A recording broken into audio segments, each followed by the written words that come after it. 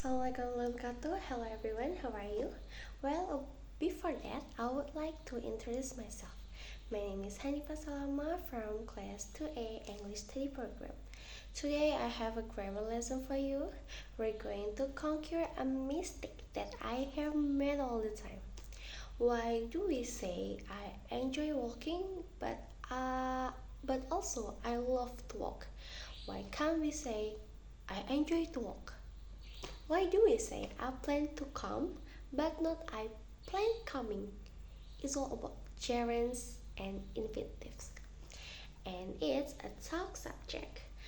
But we're going to cover everything today and you will leave this lesson with much better understanding. Right, let's get started with the lesson. We're going to take a look at how we can change verbs into verbal nouns called gerund and infinitives, and how we can use these grammar tools effectively. Firstly, let's talk about gerunds. What on earth is a gerund? It's not as complicated as it sounds. It's a verb that ends in ing that acts as a noun. For example, we can take the base verb, walk, add ing, and it makes walking. Walking is our gerund, okay? And if we make a sentence using this gerund, walking is our subject. Walking always puts me in a good mood. Walking, the gerund, is the subject. This is a really important rule to remember. Not every verb ending in ing is a gerund. Take a look at the progressive tense or the continuous tenses. They use a be verb and the present participle like a gerund. This adds ing to a base verb. Like, I am eating, she is talking. So how do we know if a verb ending in ing is a present participle or a gerund?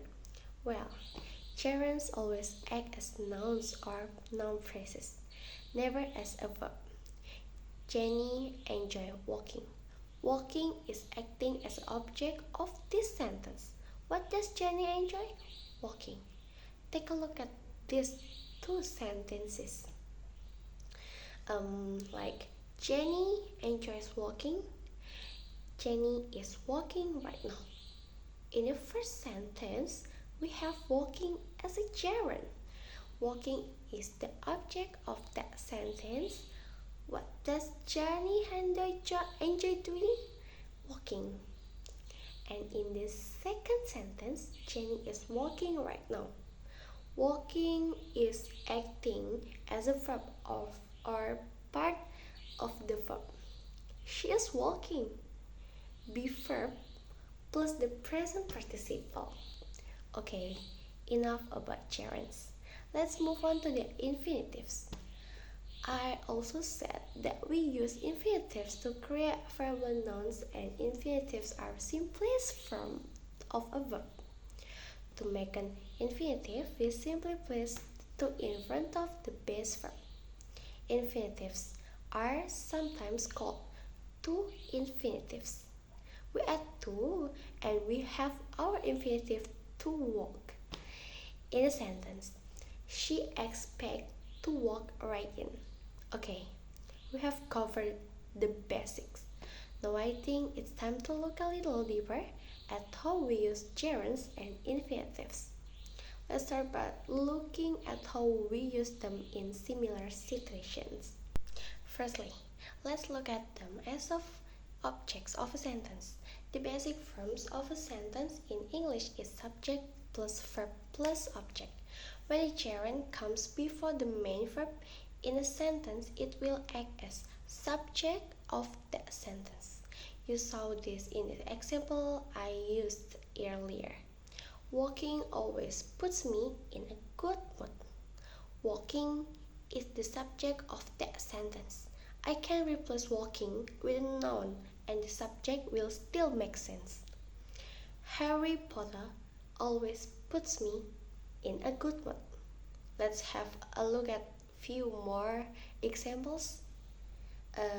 Playing the guitar was always his favorite hobby. Or baking is a great way to relieve stress. Maybe reading helps me to keep my mind sharp. If I say that my mind is sharp, it's not mean I'm quick to think, I'm not slow. No, I am sharp. Cheating will never get you anywhere in life. Never that first example is interesting.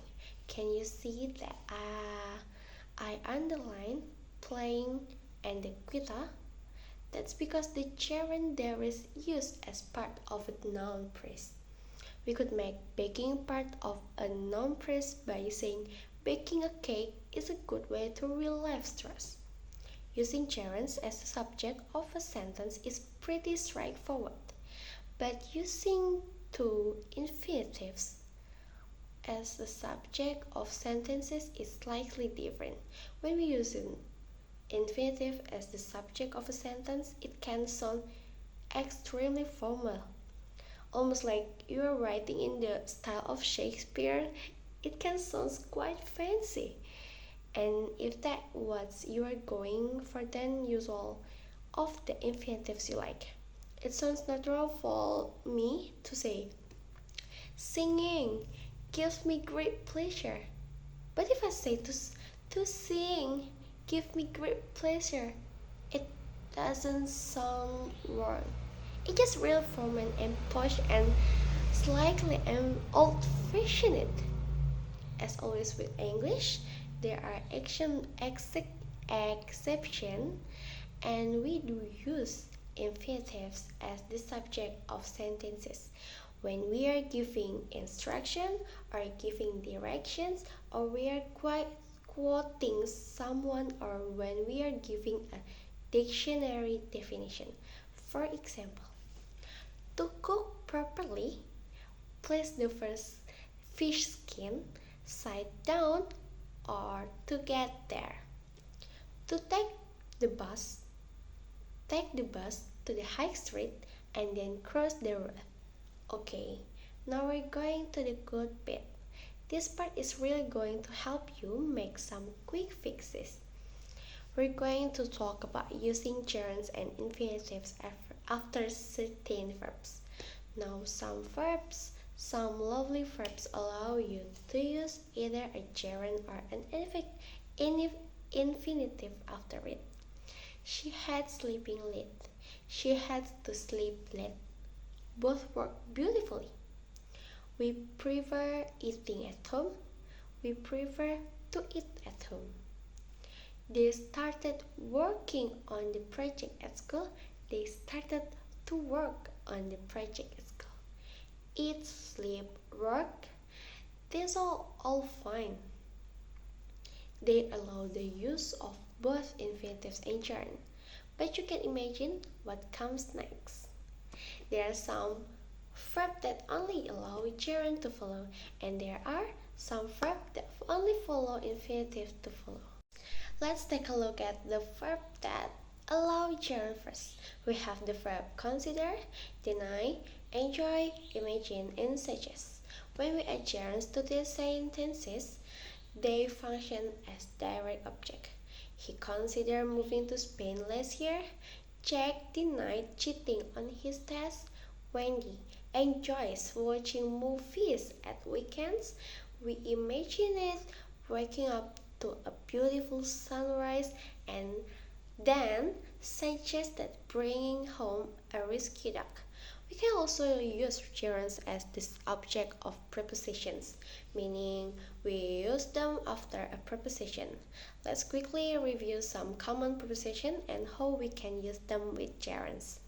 Before completing university, he already had many job offers. By getting up early, I'm ready for my morning runs. Since I have been thinking of him non-stop since I'm meeting him. Except he has all form of Creative expression except writing. Except here mean apart from, without. We decided to take a trip without planning. And after recovering from his injury, will retire from rugby. Okay, so those were the basic function of gerunds, but let's jump to the infinitives now. Just like with gerunds, infinitives follow certain verb. With these next sentences, the infinitive will act as direct object of the verb. We have agree. We agreed to never speak to each other again. Demand. They demand to change their flag. Manage. He managed to sell his house after only 3 days on the market. Plan. She's planning to quit her job after returning from holiday. And a very common one. Ben wants to travel to London by train. We use infinitives after sentence verbs and object combinations. The sentence pattern will be subject plus verb plus object plus infinitive. Take a look at this example. They ask us to help with the washing up. She told him to bring home the dog food. He encouraged her to follow her dreams. We can also use infinitives after adjective. Take a look at these examples. He was happy to include her in the new project at work. They were set to leave the island at the end of the holiday. We are pleased to come you into our home. If you are still unsure on when to use a gerund or when to use an infinitive, I have a little trick that may help you. But please bear in mind, it doesn't work out all the time, but it can guide you in an emergency in the middle of an exam. In general, if the first action leads to a second action, then we use an infinitive. Okay? He wants to eat pizza for dinner. If the first action is happening at the same time as the second action, then we use gerund. He likes eating pizza for dinner.